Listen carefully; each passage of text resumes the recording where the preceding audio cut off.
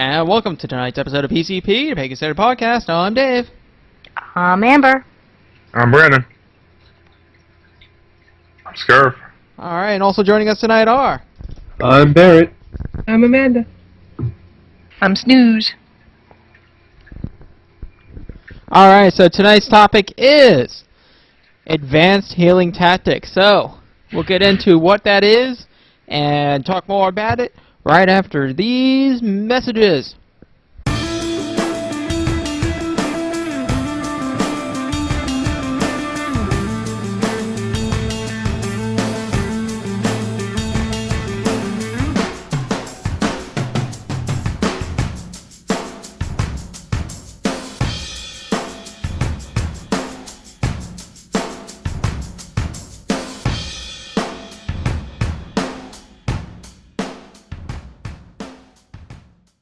And we're back. Advanced healing tactic. So, we've done a 101 episode on healing before. As I put my microphone down. So, we're going to assume that you already know the 101 stuff. If not, just go back and listen to our Healing 101 episode. This is going to be Healing 301, Advanced Healing Tactics. So we're going to assume you know what energy is, what energy balls are, how to manipulate energy balls, how to manipulate energy, the Wiccan tactics of healing, because, well, fuck it, you know, Wicca is kind of like the pass-through religion for everyone, so we're going to assume you know that 101 stuff. And basically what Reiki is, you don't need to be in on the details, just know what the heck it's about. So, we're going to get started with, so someone has a medical issue, so what do you do when someone has a medical issue? Medical issue, like serious medical issue, like needs to go to the hospital or an actual professional practitioner medical issue? Let's go through different things here. Let's start with like something simple like a headache. Let's start something simple there and then work our way up. Headache is never simple. I think that's actually a very good point. Yeah, he's actually right there, unfortunately. And I'm probably kind of complicated because I tend to be like overlapping complementary medicine type stuff, because I usually figure that something has more than one cause unless somebody just comes up and goes, hey, I just got beamed with a croquet ball. You know, so I'm probably going to go a whole bunch of different ways. I just got beamed with a spiritual 2x4. Same thing.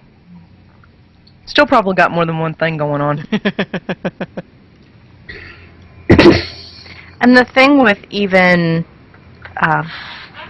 as Dave goes, I got beamed with a metaphysical 2x4, the thing with anything that has spiritual origins, if it has physical problems such as you have a headache, that still means that you have to treat physical problems as well as if there are any spiritual ramifications. So, usually the first thing I do if somebody says, oh my god, I have a headache, it's the list of 50 questions. Mm-hmm. Yeah. You know, oh, what happened? Did you eat something? Do you have any problem? Do you have, like with Brandon, he has bad sugar. Did you eat today? What did you eat today? What did you eat yesterday? How much? So it kind of all depends. If it's obvious, take care of it. But if it's innocuous, I usually ask 50 million questions. But basically, I think the foundation here is for something like a headache, which is relatively minor in the grand scheme of things. Mm-hmm. You know, you can be pretty much safe with self-medicating. Self-medicating is kind of considered traditional to do here. And relying on metaphysics isn't exactly a crazy thing to do either, if you're smart about it. Mm-hmm. Aside from the fact that Amber just already covered the do your homework clause, am I the only person that the first thing I get anybody to do, almost no matter what, is ground themselves? Just almost as like a catch-all. You know, it's kind of like, if you feel bad, sit down and rest for a minute or get a drink of water. Then the metaphysical answer for me, well, actually the physical one too, if somebody's just feeling physically bad, one of the first things I get them to do is ground. That only works for me if it's like a emotionally or psychologically induced issue. If it's like a splitting headache and it's not an emotional/stress thing, then grounding has never really helped me out in that department. Well, now, caveat there, if you feel like crap, it's hard to do anything to yourself. Yeah. So if somebody doesn't feel like they can, it's like, okay, if you can't do it, get somebody else to. If nothing else, I find that it might not do anything about the actual complaint, but it'll make it easier for your body or your mind or whatever to do the things to deal with the actual complaint. Mm-hmm. But yeah, half the time if I'm feeling like garbage, I can't ground myself. I got to get somebody else to do it. I'm really weird. I do natural healing things, and sometimes I ground people with like just being there. So I don't really ask people to ground. It's kind of like, oh God, your energy's all wonky. Thwap. Now I can see. Awesome. Yeah, my girlfriend's one of those weird people. She just absorbs the weirdness of everything around her. So it's awesome for me. Since I live with her, but... Sorry. You are gonna hate me for this, but I don't get headaches. Just give them. Pardon? Just give them. You just give them. Pretty much. Come Yeah. here, Scurv. I'll give you a headache. Hold still. I'm kind of funny when it comes to pain. For me, pain's sort of one of those optional things normally. And if it really hurts, I probably should go to the ER. That's because we all have different pain thresholds. Mm-hmm. And That's your- also It because doesn't mean it doesn't happen. It just means that your body is ignoring it. Yes. That also means it's because we're going to drive you nuts until you do, like last time. But seriously though, if I have a headache, in my case, number one I should probably check is hydration. Because for me, headache pretty much means you're passing out because you forgot to take care of yourself for 3 days. Or even a couple of hours, depending on what you're doing. I agree with Snooze that grounding is not just necessarily grounding, but just stopping and breathing for a couple of minutes helps clear your head so you can, one, figure out where it's coming from. Like Scurvy said about the dehydration, be like, oh, wait, I haven't had anything to drink in the past 4 hours and I've been working out in the sun. Maybe I should go get a glass of water, you know. But I think that's a very important thing, is just the stopping and looking at what's going on with yourself as to why you're having an issue.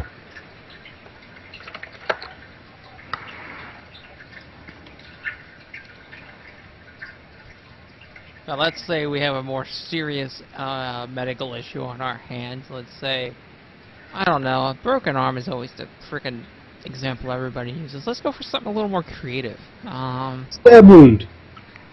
Yeah, a stab wound in your ass, and you're bleeding profusely. Okay, let's say that you literally are bleeding profusely. You probably want to go to a hospital. Mundane problem, mundane solution. You could use some metaphysics to help that out, you know, with recovery or whatever. But bleeding profusely is kind of a problem. Just a little bit. You think? And even if you don't really like the doctor, or you don't trust the doctor, they probably have stitches, and they'll probably just hand it over to a nurse anyway to fix you up. Yeah, they at least got hospital grade crazy glue and duct tape. But Yeah.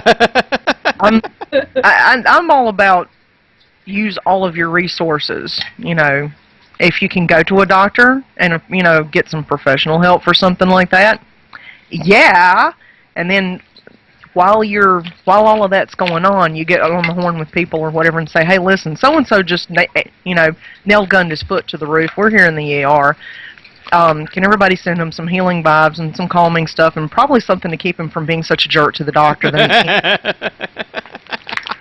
Use everything. I need to ask this, even though I'm going to get beat up for this, but let's... Can I watch? I'm sorry. I love you too. Live demonstration here on PCP. Normally in the past when I get significantly cut, right after direct pressure, the first thing I do is hydration and all that stuff. But I really don't like going to doctors, so yeah. If you know what Don't you're do what doing, scurvy does. if you know Do what not you're try this at doing, home. I can see doing that. Just if it is bad enough that you actually should have stitches, and you're not going to bleed out, you'll probably just have bad scarring. But if it is a life or death, yes, go to the hospital. But I mean, if it's like, oh shit, I cut myself with a kitchen knife, it's not on a main artery, but I am bleeding profusely, yeah, go ahead and use the butterflies that you can get at your local Walmart, or the butterfly strips to close it off and wrap it up, and everything else, just expect it to scar. Yeah, yeah. If it's cutting with a kitchen knife versus getting impaled by a sword are two different things. I will say this from experience: if you walk into a store bleeding profusely, they will call the cops on you. Yeah. Usually. Sometimes, well, I carry some of that stuff here at home because, well, I am a tad bit accident prone. And Brandon, you have a friend that was an EMT that can get away with a little more. Oh, I have a couple of friends that are EMTs, but yeah. Well, Parr, whenever he went into the hospital. Oh yeah, his mother made him go, and the doctor gave him supplies because he did better than most EMTs would. So he's like, here's the stitches, go home. Again, hospital-grade duct tape. I think it's actually fairly significant to note, though, that, and I mean, I've done landscaping, tree work, construction, that kind of thing, so I get banged up. What you just said a minute ago is true. Sometimes if you go walking into a store with, visible blood, and you're like, hey, I just need to get some bandages, I just need to get some, some crazy glue. Yes, crazy glue does actually work, and it is surgical. Mm-hmm. Yes. I've had someone get upset about that, but I've gone in Tractor Supply now twice to get like dehorning powder and something else. I don't remember what it was because that was the closest place, and I'd been trying to get it to quit bleeding for 2 hours and it just hadn't happened. And they didn't bat an eyelash. So if you need medical supplies, go to Tractor Supply or Southern States or someplace like that. Don't go to Walmart because they realize that things happen. Today on BleedingProfusely.com, what to do if you actually are bleeding profusely.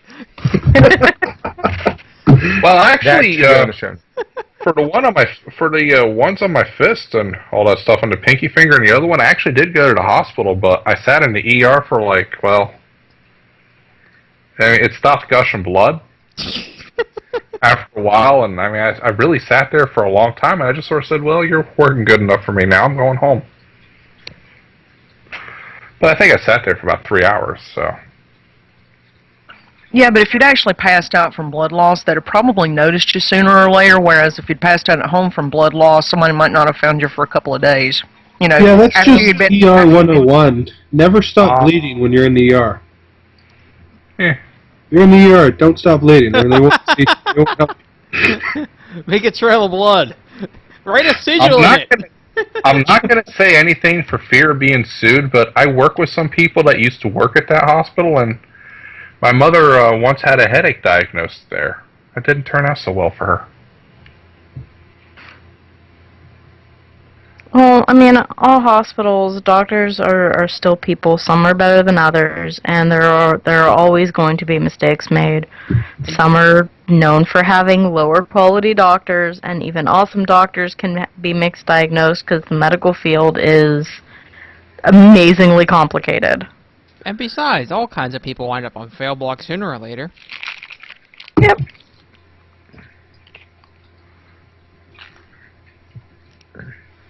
But let's say you had something a little more long term here. It wasn't just a quick, hey, send him some energy so he stops, punching the doctors in the face. Something a little more long term. Let's just say, I don't know, a long-standing pain in their body somewhere. Let's just make it generic like that. And one thing you might want to do is start out by asking the person, hey, what do you think the medical issue is? Why haven't you seen a doctor? Why hasn't that crossed your mind? Are you afraid of doctors? You just not think it's that painful? okay, let's take these symptoms, let's go on the internet, let's figure out what it could be. Then you go to WebEx and you find out that obviously it always is cancer and you're going to die immediately because, well, you punch any symptom into WebMD and that's what you get. And and you basically got to do your research. Metaphysics works a lot better when you use it in conjunction with some sort of vague medical knowledge. You don't have to be as smart as a doctor to bump up your energy work a few notches. Not that, you know, your energy work is a substitute for what the doctors are doing, but you could certainly help things out a bit. Now, the key thing here is going from what the person thinks the issue is to what the issue actually is. And this is something doctors have a hard time with themselves, and these are people that do this all day long. But the key thing here is to try to figure out what's actually going on, and then use that medical knowledge to help boost your metaphysical workings.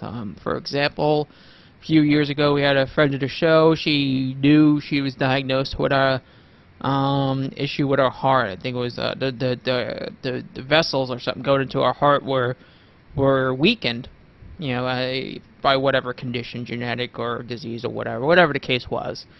But it was diagnosed. The doctors had figured out what it was, but they hadn't quite figured out how to fix it. And everybody was getting a little worried because her body was about to go under a lot of strain, and that strain was unavoidable. And we were like, well, how the fuck do we fix this? And then we were like, oh, okay. Well, we know what the medical issue is here.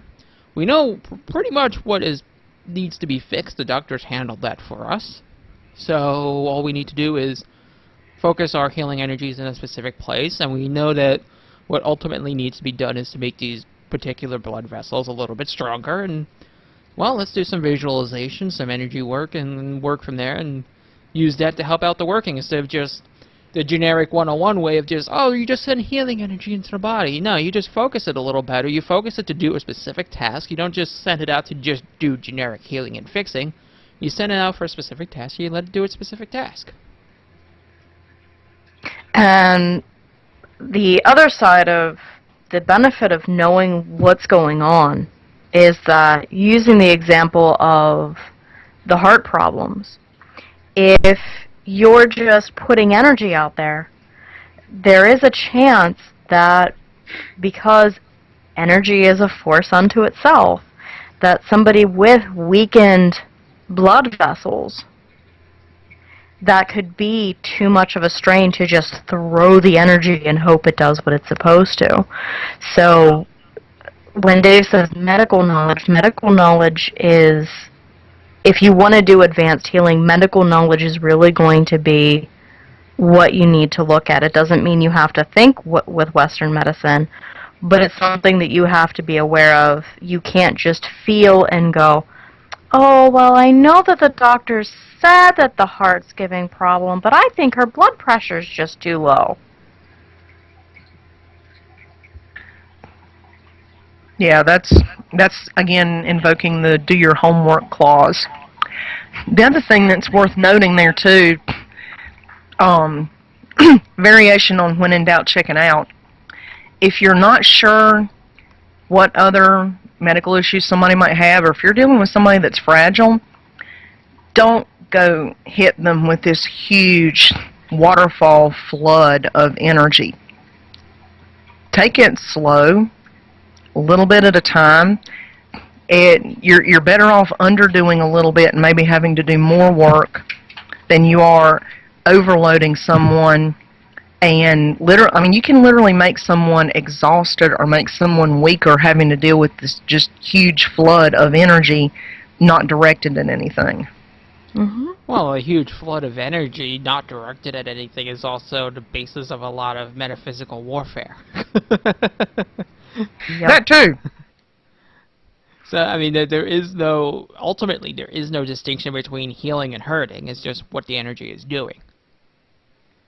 And if you do something that's not particularly well guided towards healing, well, guess what it's going to do?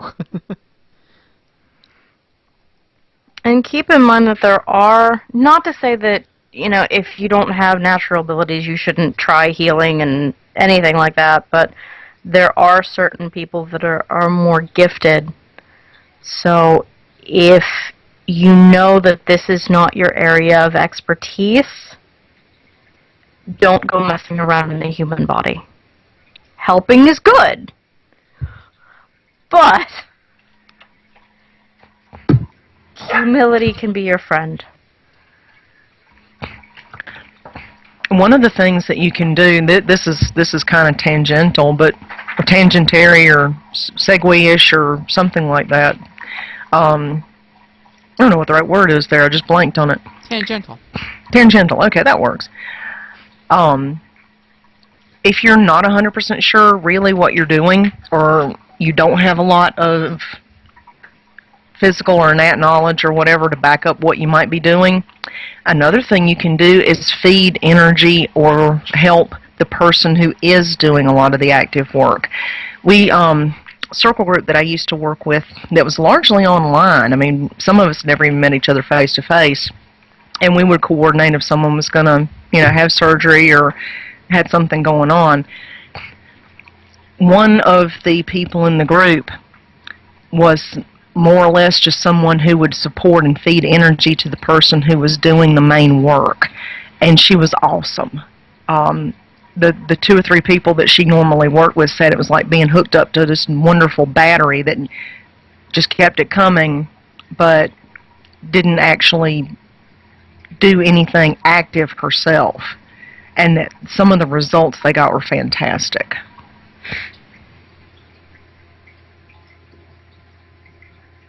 And just on a side note on what Dave said about our friend, just for conversation purposes, the healing that we did worked to the level where we baffled the doctors. Not that it did something really out of the ordinary, but the pace that it healed and recovered. So there are amazing things that can be done with energy healing. Well, it's not quite a human thing, but Winnie, my oldest dog, we found out for sure that she had cancer back like May or June this past year. And we were fairly certain at that point that we were looking at maybe another month and having to put her down. And I have had her on a detox diet and some herbal stuff. But one of the main things that I've been doing is going after visualizing just shrinking her tumors down. I know where most of them are. She's not, because of her age and some other health conditions and where they're at, operating on her is not really an option. But I know where most of them are. I've got her, her x-rays and her charts and all that. And I've been working on shrinking them down, keeping them small. And it's January and she's still here. She's got an appetite. She plays. She'll ask to go out and go bye-bye in the car again. And that it's a far cry from the dog that I was looking at back in June, thinking you're not going to last long. It's all tissue. It's all carbon. Exactly. Yep. But I mean, this episode is about tactic rather than teaching energy work. As we already said, we assume you already got the 101 taken care of. One tactic that I've had to use in the past, especially in the fast-paced world that is living in college, sometimes you're not quite at the point where you can do remote healing competently yet, and that's understandable. Like like Snoo said, when in doubt, chicken out. And sometimes you really do need the contact with the person to communicate the energy. Well, if you only get a brief second to physically have contact with that person in a given day or a given week, well, that kind of narrows down your options. You can't just sit there and do all your working in a matter of a second. That's both racing stuff and rushing stuff, and well, that's just not going to do good for anybody, actually.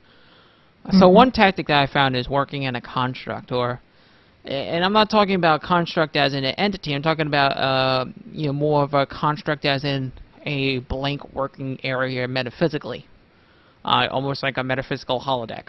So you can go ahead and do it as if you were doing a remote healing. But the point is that's different is that you're setting a trigger event for all this energy to get transferred and activate. So that you know what you're doing. You act as if your person is there. You're doing this on a astral/metaphysical level. And then you have a triggering event like you touch them or whatever. And, the energy transfers. The only thing is that when energy is transferred that fast, it also tends to effect what it needs to do very fast and influence the person fairly swiftly.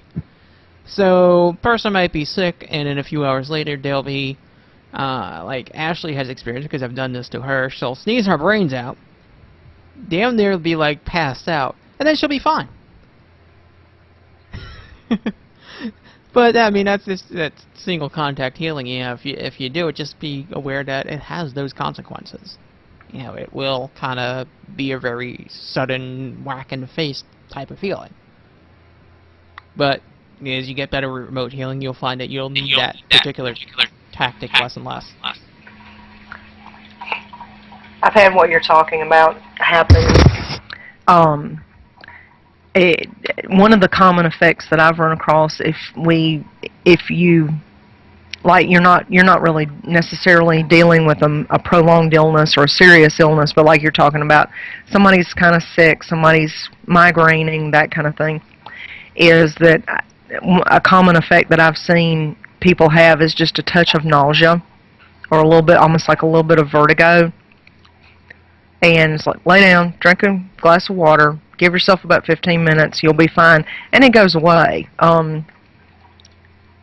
But yeah, I've had that happen before too. One thing that I do, kind of similar to Dave's, is that if I know the person is only going to be here for a short time, I do set everything up in advance, but I can't exactly explain how, but there is a way to do it to where you can almost make it like a time release capsule. If you can manipulate your energy in that way, and you can make it to where there are multiple trigger events, especially if you know more of what's going on. So, say the person is going through, I don't know. Back with our friend with the heart problems.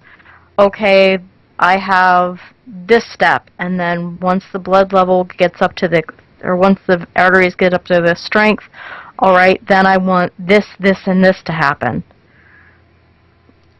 There is a way to set that up to where it is, and it can be a little more gentle, but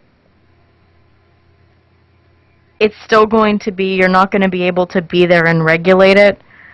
So,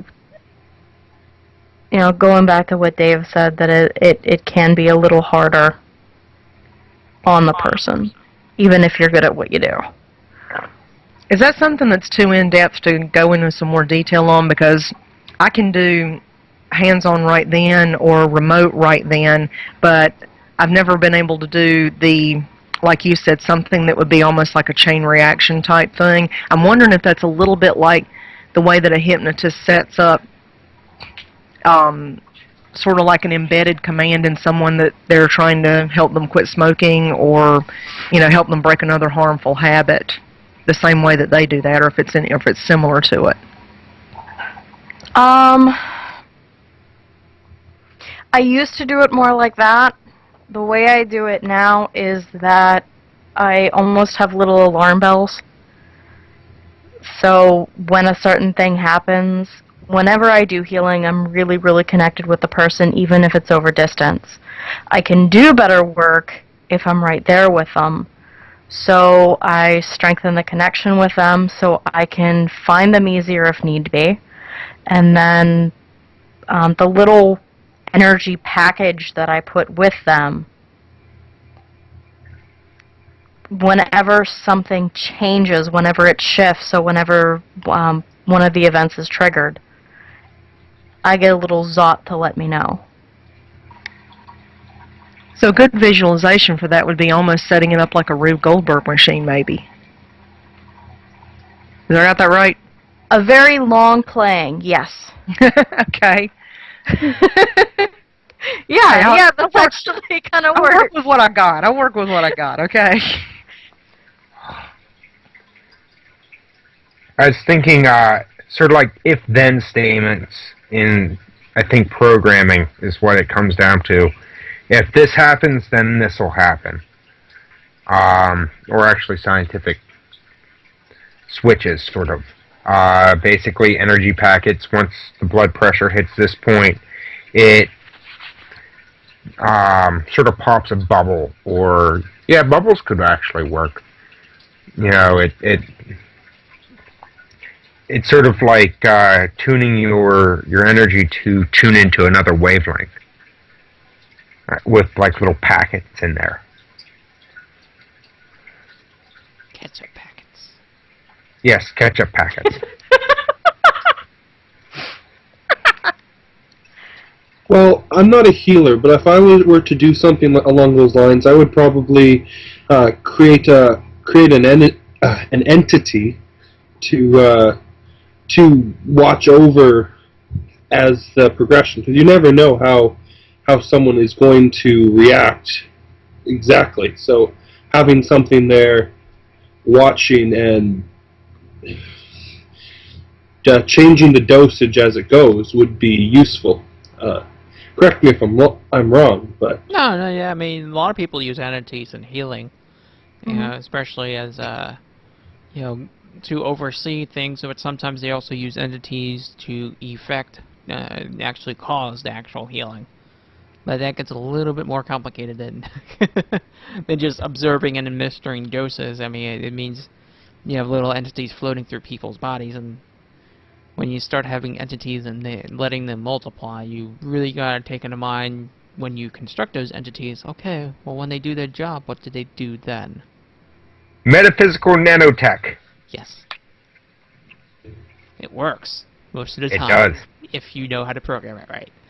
If not, it rips apart somebody. Or you can program it to rip apart somebody too. But I just had a visual of Brandon making exceptionally ADD entities for healing them. they do sometimes work. Well, and sometimes If- you can't just use one specific type of entity. Sometimes you gotta use them in combination with other entities, sometimes to have the second one clean up the mess the first one makes. Yep. Mhm. Yeah, that happens. Just Quite a remember bit. not to make gray goo. Put some limits in there, especially on reproduction and lifespan.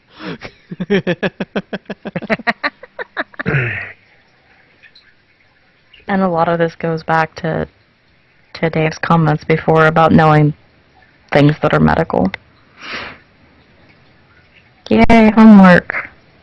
Yeah, but also when you're doing healing, realize that healing in itself has causality issues. It can cause other things to break. So if you fix the one plaque, well, now you got a bunch of loose plaque floating through someone's blood vessels, and that clogs stuff up again, in a worse way. So again, this is where constructs are useful. This way you can play out different scenarios in a metaphysical fantasy land before you start trying things on actual people. This way you can see the unforeseen. You know, test some stuff out, look at long-term consequences, fix the things that cause those long-term consequences, and retest and retest and retest until things work. One thing that you really need to be aware of, especially if you're working with some more metaphysically inclined individuals, is their shielding and or metaphysical self-maintenance that might counteract your healing. You see this a lot, especially in the more metaphysical circles. Yep.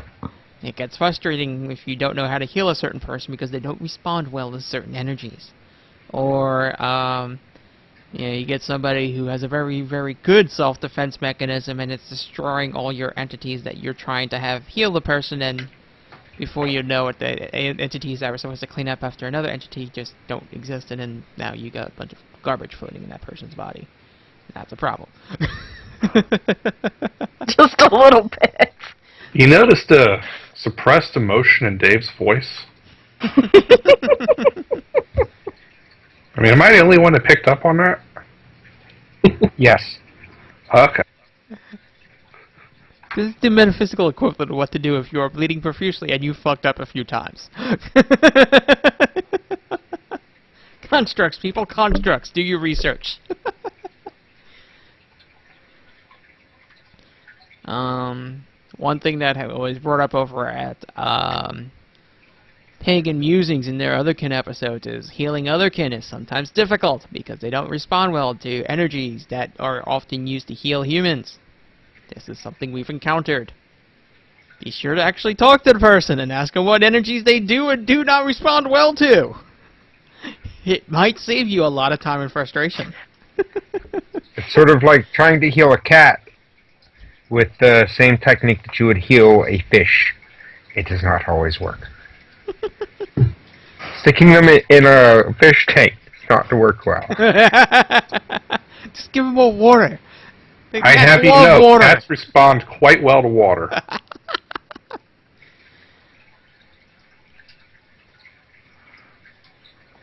If you are going to half-ass your healing, you might as well just beat the shit out of the person because that's basically the effect it's going to have.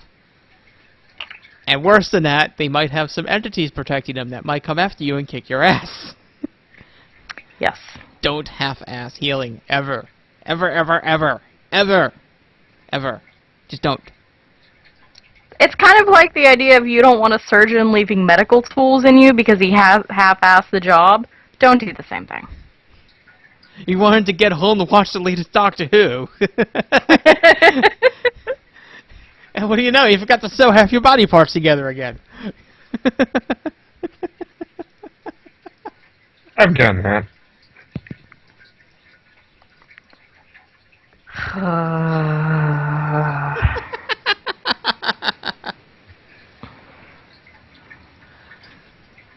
Best practices. Never you put in the show notes. Use a safe word.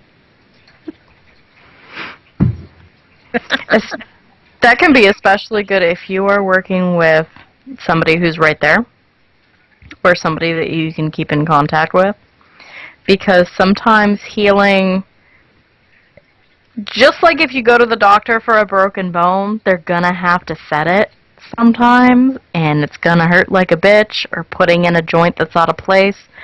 There are some energies that don't come with an anesthetic, and they will hurt. And then there's people that heal like me that's like, hey, what do you feel when I do this? Ow! Okay, I got the right person now. Now I can fix you. Oh, I don't... Hi. Hi, Sam. Hi. Sam. I don't... Did we talk about the order of which you should heal things at all? I'm sorry, I just got in from work. So.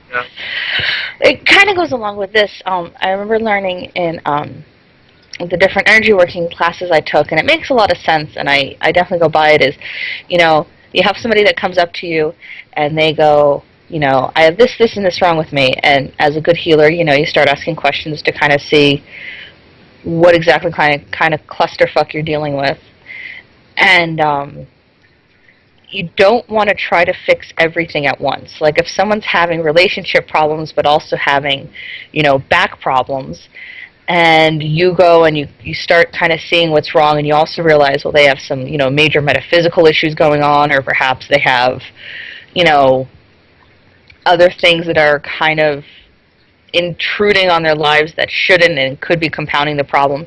You don't want to go in and just fix everything at once, because you will really screw people up. Like, you can't, it's kind of the way a chiropractor works. You can't just go in and fix everything. You kind of have to do a little adjustment here and see how it goes, and then do a little adjustment here and see how it goes. And it's different than triaging a patient at a, well, I guess it's kind of the same when someone comes to an emergency room. You know, if they're bleeding profusely, and they also have some dislocated joints, first you want to stop the bleeding and then work on the joints. So you kind of have to see the whole picture and then start to pick and choose what needs to be removed first, and if you remove that, is their body going to be fit enough to handle it? So sometimes you have to work at the little stuff first before you go into the big metaphysical issues.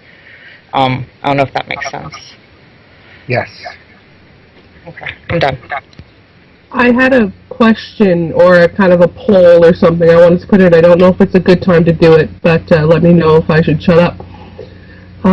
I found that sometimes the way some people heal, they take it within themselves, and some people heal where they don't have to, and things like that. I don't know where that would go in terms of this particular type of conversation, because we're talking about starting, like how to do it and things like that, and where to go with it in terms of step by step.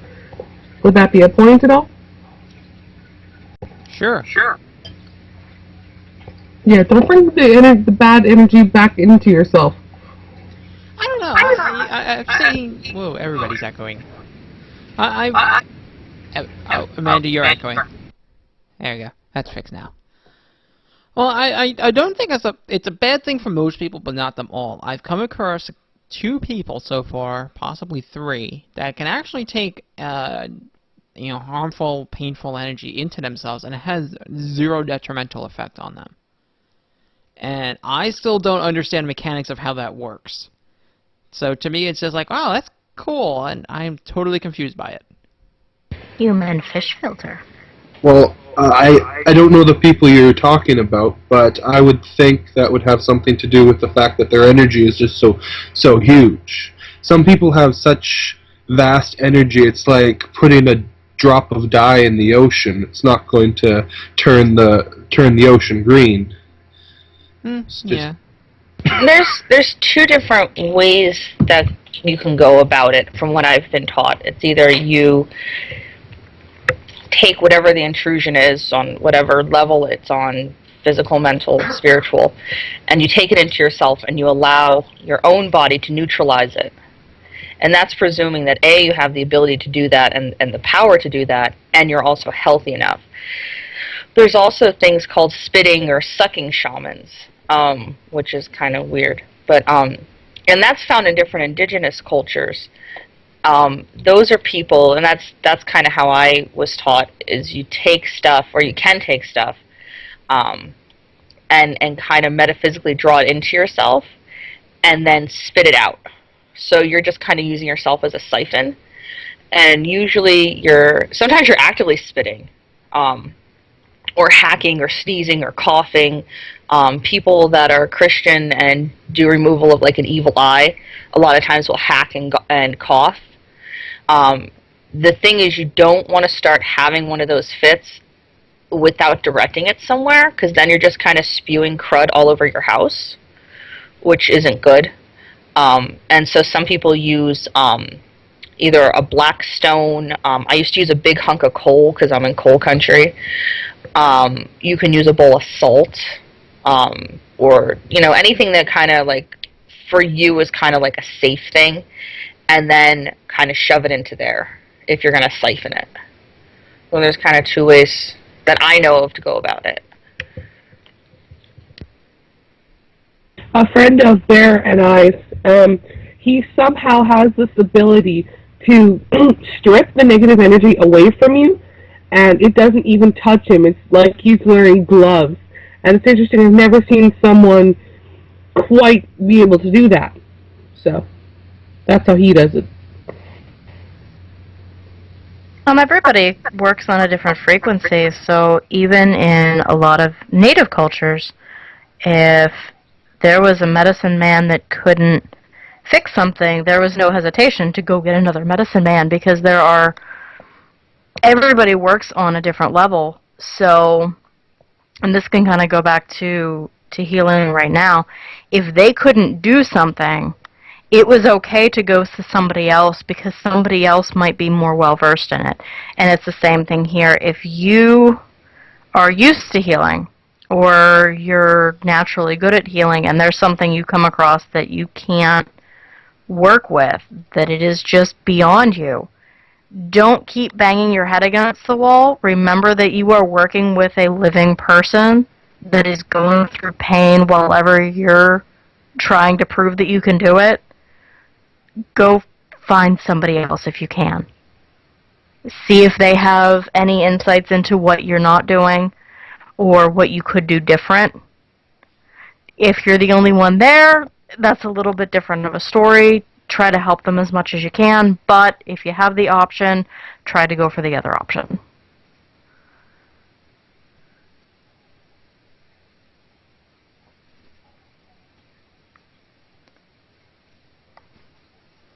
But I think the important point was brought up by Sam earlier that you know, healing is a process.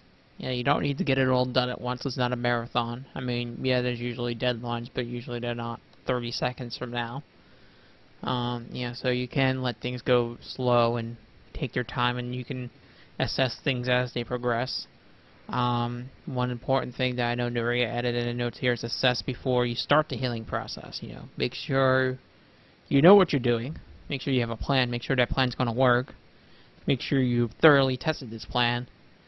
You know, and do all that before you so much as start setting energy anywhere. So make sure you do a very thorough pre-healing assessment before you go ahead and move forward. Otherwise, you're just doing things haphazard and you break things that way. And there's nothing wrong with you know, taking a somewhat traditional medicine approach and sitting down and actually coming up with questions that you want to ask and kind of writing up, you know, an outline of what precisely is going on. Because sometimes talking to somebody, you can't really see how one thing may interact with another. An event may cause a physical ailment, even though it's technically a metaphysical ailment. And also, don't promise to heal somebody. Like, first, there's a lot of people that I see that are empaths. They're not necessarily healers. They're just empaths. And just because you're an empath, it does not mean that you can help people as far as actually actively going in there and fixing them. That's a very dangerous thing to do. If you're an empath and you want to do healing, you really got to first figure out, are you willing to get caught up in it, and are you strong enough to shield yourself from stuff? And then once you do an assessment, you know, really never go to somebody, oh, you're having problems, I can help you with that. Don't promise to do something and then find out later that you're in over your head, and now you have someone that's half transitioning from some kind of trauma. You don't know what the hell you're doing, and now it's causing you problems. So, you know, to start the process, you kind of want to evaluate and then tell the person, yes, I can help you, no, I can't help you, or I can help you up to a certain point. Yeah, and you know, if you're at this point of healing someone, you're well beyond just throwing energy balls around at walls and sending green, happy energy to people. This is the point where you can seriously screw someone up. Mm-hmm. And this is why we say be very careful, take lots of precautions, do lots of preparation. Preparation is something they usually don't teach you on 101 of energy. This is where preparation is very, very good. And when you're doing something that could be this awesome or this horrific, you gotta take a lot of responsibility for it. So, you know, it's just like flying a plane. The pilot has his checklist, well, so should you.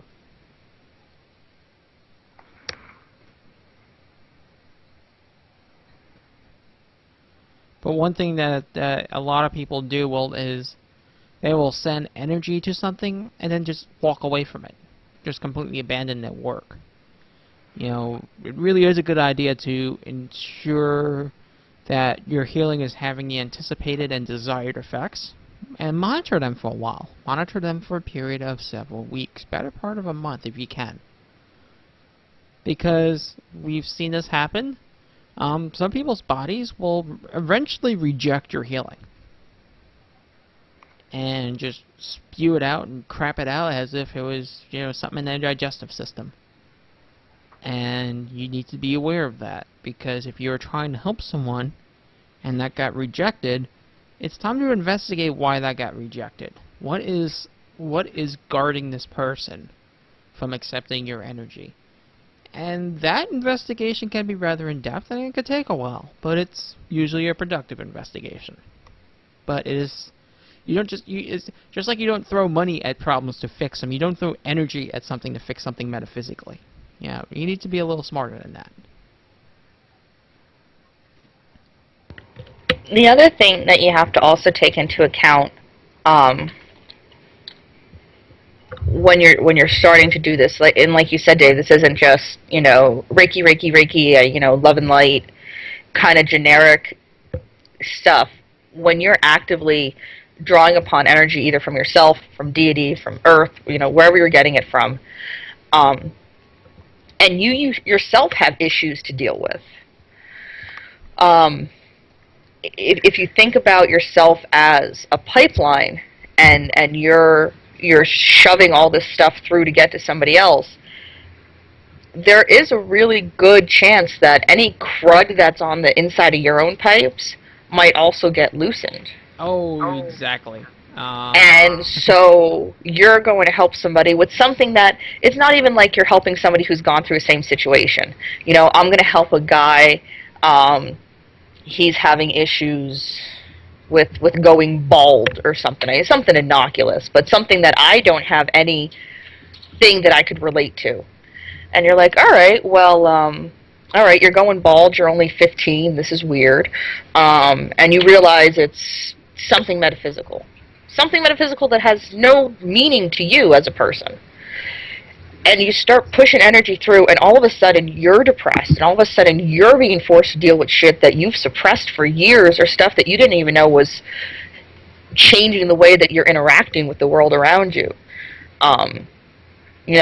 So you have to get your shit in order. You could be channeling the most amazing pure energy, but if you're a sewer drain, crud's going to come out of you. And so either you look at it one way. Either you can look at it saying, all right, well, the energy's going to that person, but in the meantime, it's loosening all this crap that I've been holding around. Or even worse, I have all this stuff I haven't dealt with. I'm trying to force energy through myself into somebody else, and now they're getting sick because they're getting crap energy. Because I'm tainting it with my own issues. So taking responsibility for yourself is so important before you start doing stuff like this, which is a big part of why I stopped doing energy work myself. I used to do a lot of it, and then I realized that it was really screwing me up because I was dealing with stuff I was not ready to deal with. And I was sending people didn't like me because I was sending them energy that made them feel like crap. And as much as I felt like, I'm called to be a healer kind of BS, I had to stop and be like, you know what? It's not responsible of me as a person to not fix myself before I start fixing others. Which I guess is a tangent, I'm sorry, but I didn't see it in the list. No, but it's an important point to bring up because that is something that you need to be concerned of as a healer, that all the crap you've got going on is going to get transferred over. And taint your healing, and then that person needs to shield against your healing because otherwise you're making them feel even worse.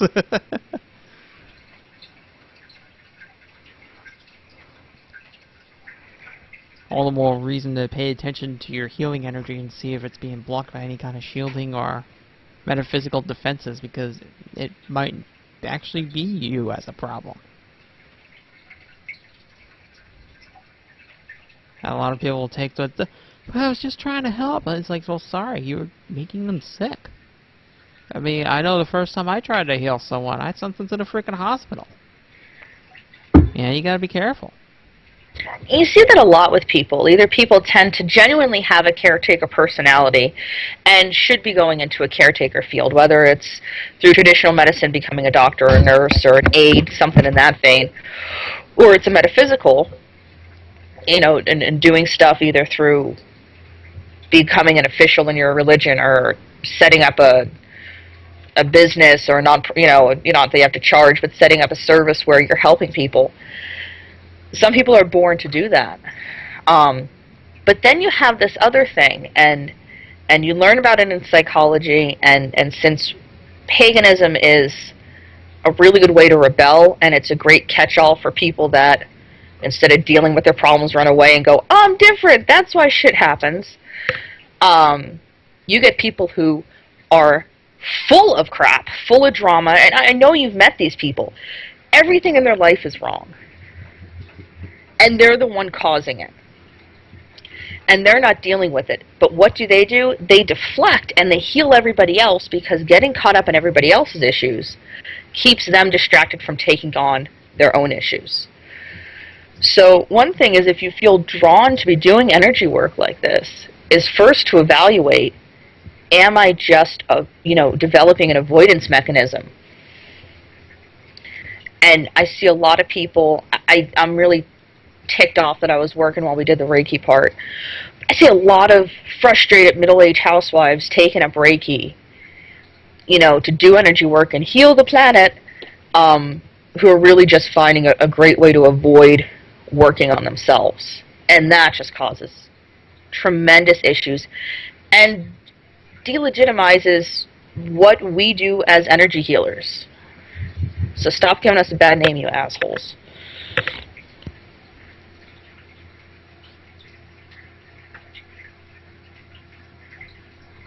Post-scurvy silence, take a drink.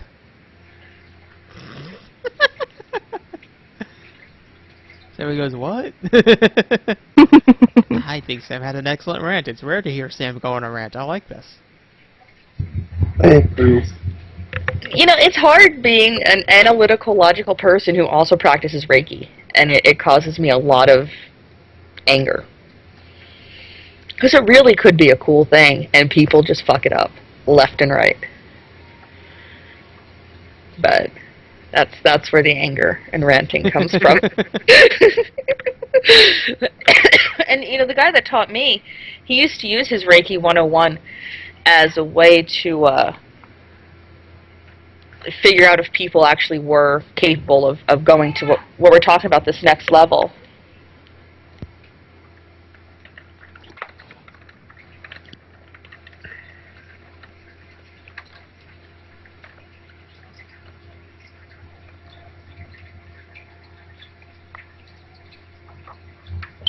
Yeah, I got nothing to add. That's the problem.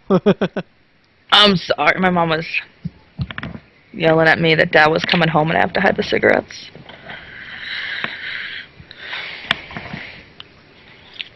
What was I saying? Oh yeah, Doug did that. He wouldn't. He was one of the few people that was worth his salt, and of course he had to die. He would teach people very basic shit and be like, "Oh, now you know Reiki." And then he would take the few aside that had made the cut that were going, are you sure we should be just randomly sending energy? That sounds like a bad idea. And later he would go, come talk to me. And then he would tell us the truth. If you really want to do this, this is what you do not to be fail. And let all the rest of the 40-year-old hippies hug the trees and whatever. Does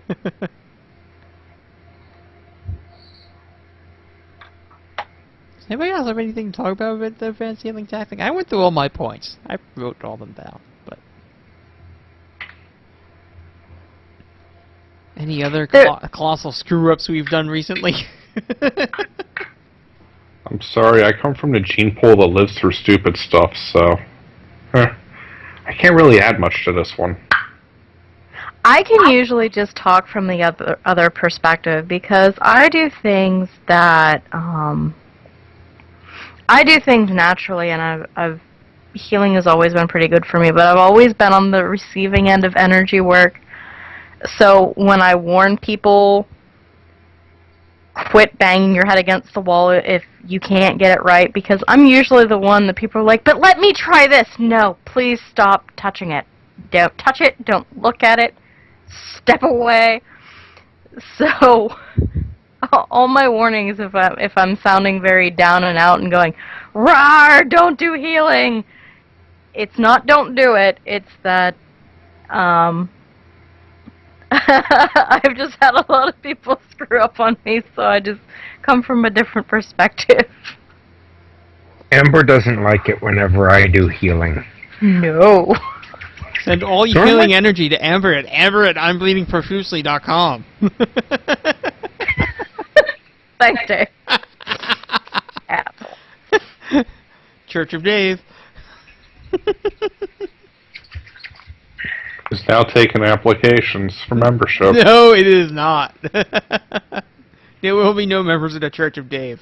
Ever can decree it to exist, but I don't need to have members. I'll just siphon my members into a faction, and it'll be alright. Okay, you're not going to have members. What about devotees? I don't You want can have devotees. I don't want people worshiping me. I don't want any of this idolizing crap, okay? Dave, I'm currently on Facebook even though it's dying. I'm currently trying to use my brain cells to figure out how to make a group again. See, now this is why. See. If you wanted to start the Church of Dave, you'd be on Google Plus, because that's where all the members are. Maria, can you get that for me? Thanks.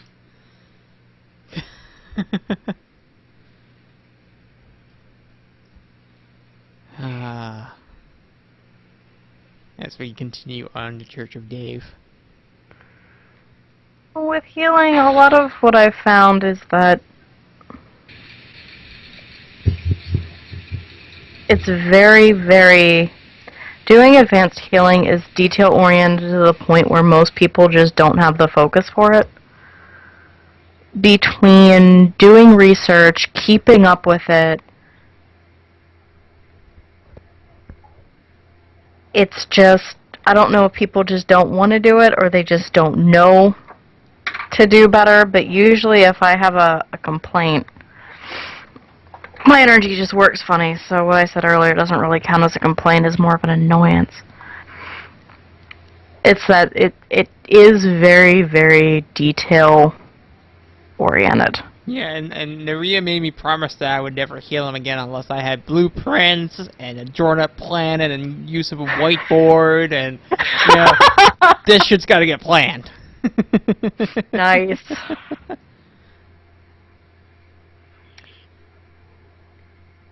I love you, Dave, but I have to agree with Maria. Yeah, I tend to take the Leroy Jenkins approach to healing, and that doesn't always work. At least you ain't chicken. Oh, shit.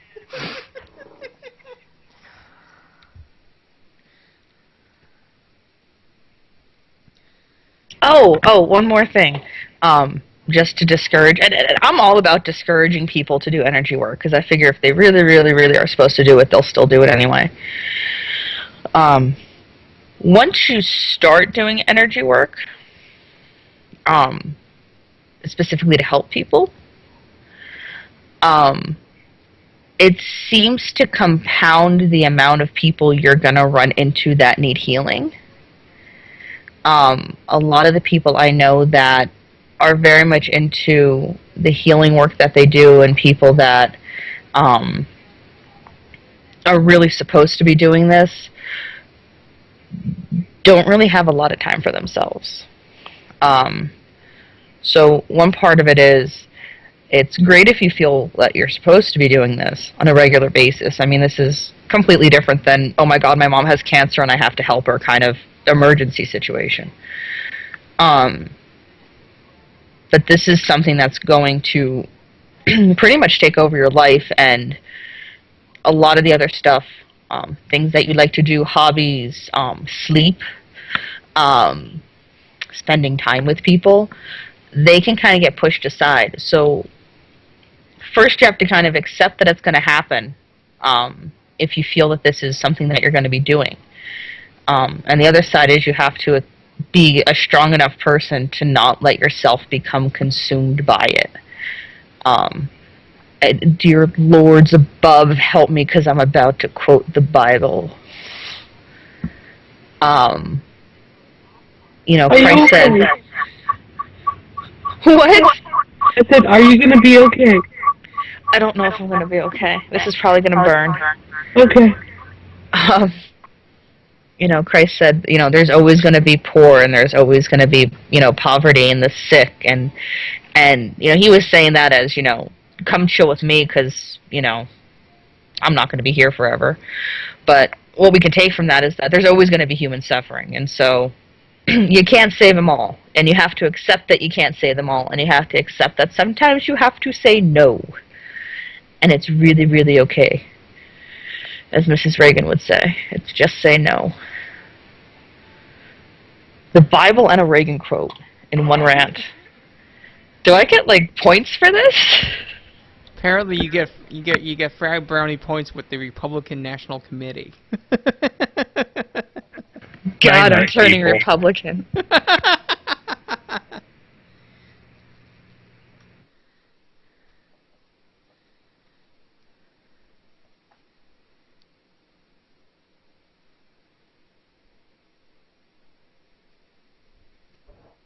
Come on, I know we can squeeze out another Sam rant. No, I'm good. I feel very selfish right now, so. Damn, I need to fill up more time. Oh. Oh. Well, in that case, I should tell you the story of Mel's Hole. It'll take about 6 hours. It starts with a hole in the ground. It ends with telepathic fetal seals coming out of tumors in sheep. It's a roller coaster of a ride. Wow. Honestly, look up Mel's Hole on YouTube. I'll have to link it somewhere. I'm trying to think what else pisses me off about energy work.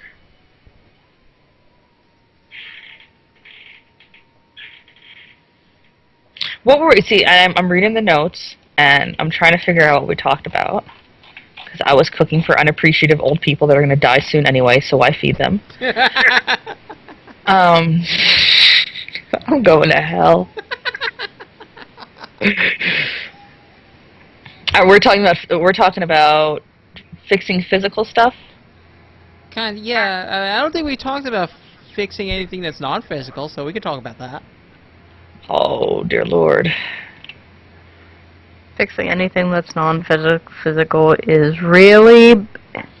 There are physical healers, and there are people that are emotional healers. So In let's normal address the terms, question: can we fix stupid? no. Okay. No. Unfortunately, not. We can only pause it with a 2x4. Yes. You like it. It's the same idea as you have psychiatrists and you have physicians. Same basic idea in energy work. You have psychiatrists that also can do medical things, just like you have doctors that take psychology classes, and you can have the same thing in the metaphysical world.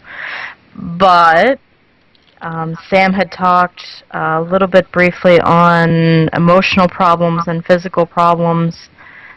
They do overlap, and it is important to recognize what's what and where it's coming from. Because if somebody's going, well, I have a stomach ulcer,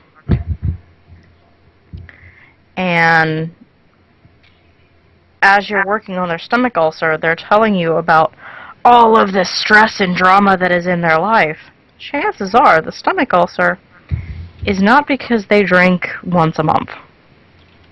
Chances are it is because there's an infestation of drama llamas that they need to be able to learn how to handle. If you don't know how to work with emotions, if you are just a physical healer, unless you get somebody that knows how, or unless you work with those emotions, it's like ice skating uphill. You may help that stomach ulcer, but it's only going to come back. Or you're not even going to be able to help it because what is causing it is still there.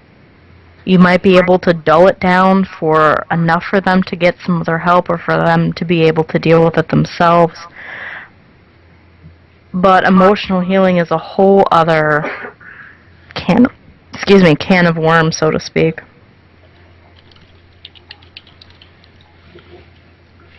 The way I was taught was like you can't do one without affecting the other. That's the whole basis behind holistic health, is that it's treating the whole body, not telling you to take aspirin because your back hurts. Meanwhile, you need your back readjusted on top of perhaps modifying the way that you sit at your computer.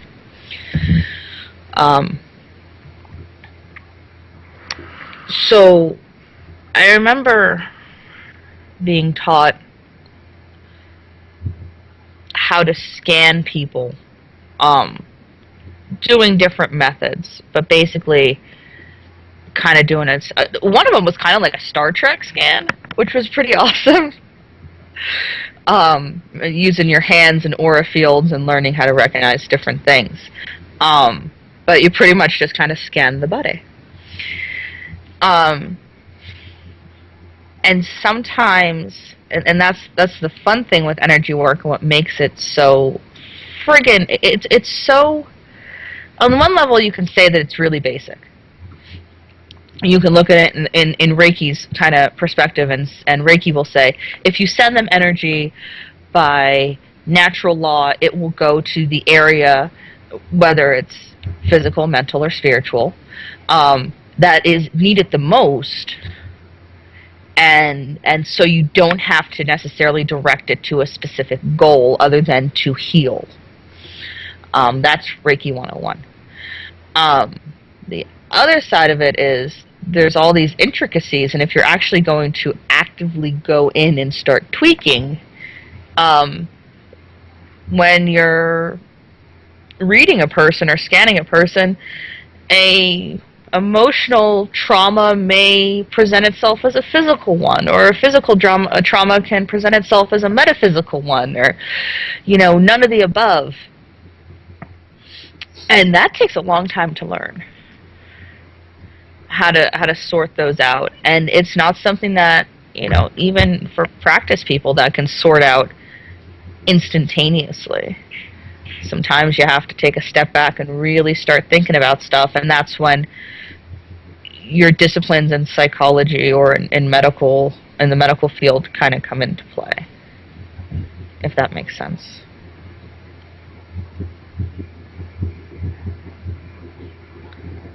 I don't want to go into giving specifics, because I don't want some, and not calling our fans assholes, but I don't want an asshole listening to this and going, PCP told me I should sit in front of you with a drum beat, and then just start screwing up people left and right.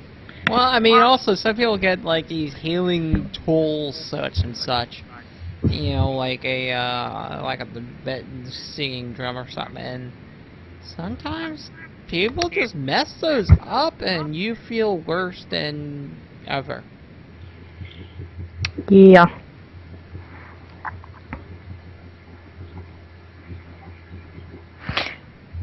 My acupuncturist, I mean, yes, it is a medical profession that is recognized, but a lot of it is moving the energy that's in the nerves.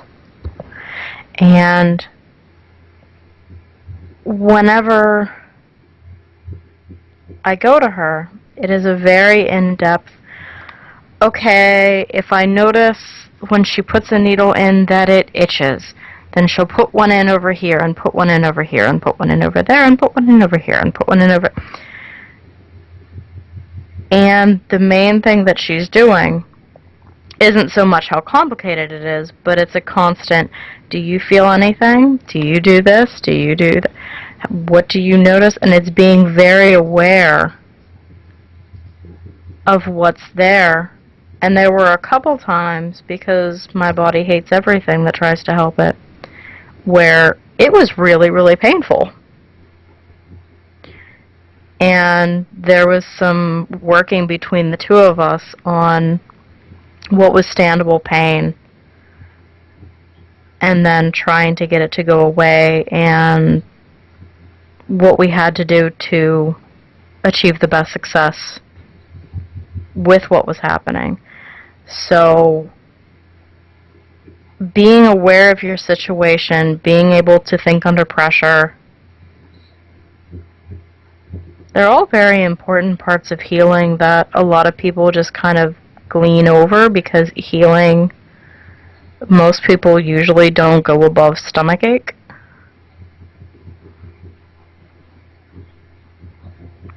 that I can't understate how complicated it can be, and that sometimes, even though the body is giving off every sign that one thing is wrong, you find that once you help that one thing, 50 other things poke up. So you have to be conscious of it. You have to be aware of it if you're going to do a complete job. And I think that's one misconception people have with acupuncture, which also could be said about, you know, other types of healing, whether they're recognized or not. People say, okay, I know what acupuncture is. There's these lines and these tiny little needles, and you poke the needle in the right area on the line, and then you fix something. You poke it here, and you don't want to smoke anymore. You put it here, and you don't overeat, and over here. But in actuality, there's a complete conversation that occurs between practitioner and patient, where, you know, your lines and your meridians and all that really awesome fun stuff that I'm sure your acupuncturist has memorized, and has studied very hard to memorize. It's not the be-all and end-all. And so people look at stuff and they say, oh, if I get a Tibetan singing bowl and I say Om a lot, and I visualize, you know, Christopher Walken tap dancing on my, you know, pituitary gland, I will be better.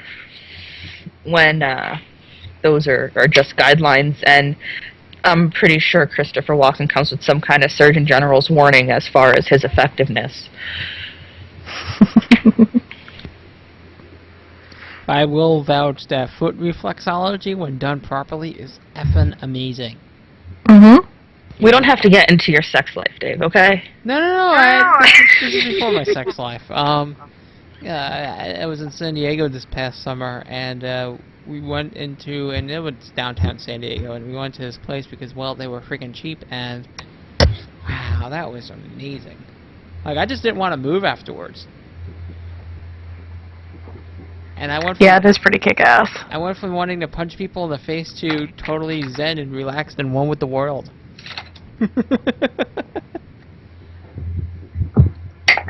I only know one reflexology point, and it's for the bedroom use only. But it works. I just hate feet. Which stinks, because reflexology is awesome. Yes. Well, there's reflexology of the hands. Yeah. See, I would do reflex. We'd have to chop the feet off first, and I could do like reflexology of the stub. Yeah. Really badass at that. I kind of doubt that would work.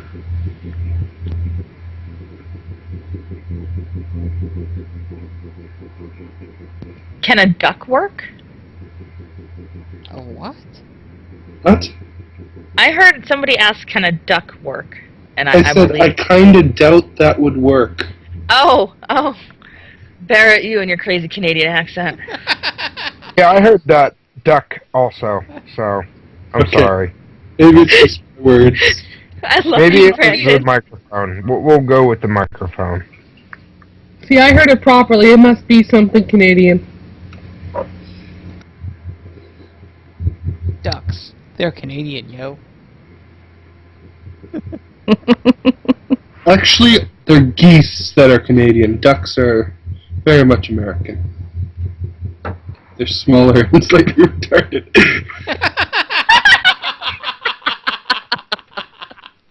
I'm sorry. That was snarky and very un-Canadian of you. Now he's probably going to say he's sorry and like apologize profusely like a Canadian would do. Sorry, I'm sorry. Don't shoot me. Please don't shoot me. I love that scene in Doctor Who. What are you going to do, shoot me? They're Americans! Oh, crap. Nice. We are the New Jersey of the international cultures. We are the Jersey Shore of international we are. culture, so it's even worse. Right. That's what we are. Sucks. Oh, dear Lord. Snooky. No. Not allowed to use frankly. It's like a curse word. I want that bleeped out.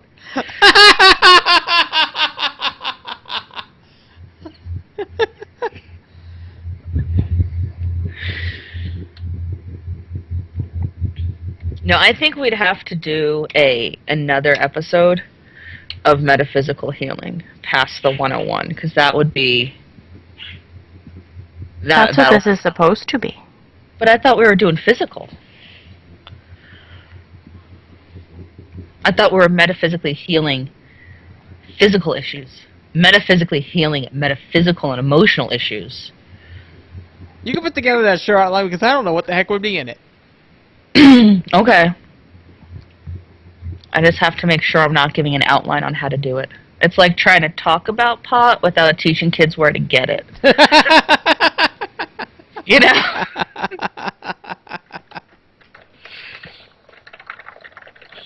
Especially in Canada. Huh? America just has this image of you being just a bunch of pot-smoking hippies now. With oil. Yeah. We are not. Pixar didn't A have few of us are. Not me, but a few. They only live in Vancouver and I moved away. Well, that explains a few things. Moving along. I love you too. Not about you. It's about other people that currently live in Vancouver. Oh, okay. That do a podcast. In Canada. Alright, you got after hours you gotta tell me what podcast this is. I hope I don't know them. Alright, I think we got enough content for a show. If not, well, so much good for you. Anyway, we're moving on to final thoughts now. Final thoughts. My final thought is Leroy Jenkins! I don't know if I approve, Dave. I would just like to put that out there. My final thought is if you find someone who has back troubles and relationship issues, if you fix the back troubles, it might fix the relationship issues. Or the other way Ouch, around. Wow, wow.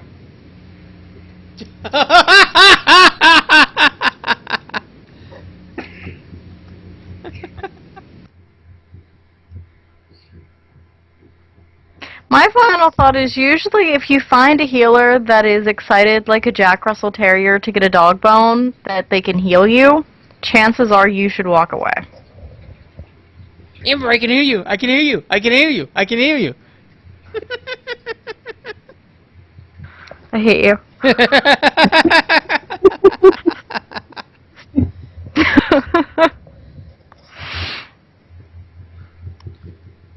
Alright. Amanda, do you have a final thought? My final thought is be very careful when you attempt to do any healing or when you attempt to get healed. Make sure the person doing the healing knows what the hell they're doing. If not, just tell them, thank you for the offer, but get the hell away from me. GTFO. And just telling them that you don't believe that works might not work. No, that's not good enough. Then they'll be like, oh, here, let me try anyways. That's when you get violent. The ultimate metaphysical defense. A metaphysical offense. Or physical offense, either way. Yeah, that works too. Spoken like a true lineman. Alright, Sam, final thought. I have no final thoughts because I went on a rant, so... Bye, people. I love you. Okay, bye. Hi. Brandon, final thought. I think he's already had one, though. I don't know if I did or not. Final thought is energy work can be good or bad, yada yada yada. Either way, if you don't know what you're doing, you're probably going to end up hurting somebody or yourself.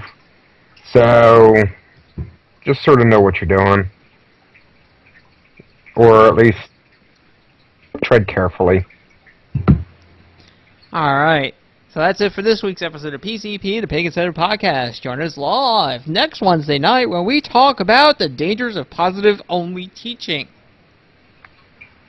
Craigie. This is an episode we've been having in the works for quite a while. I think we finally got enough to actually have an episode. So we'll talk about the dangers of positive-only teaching next week.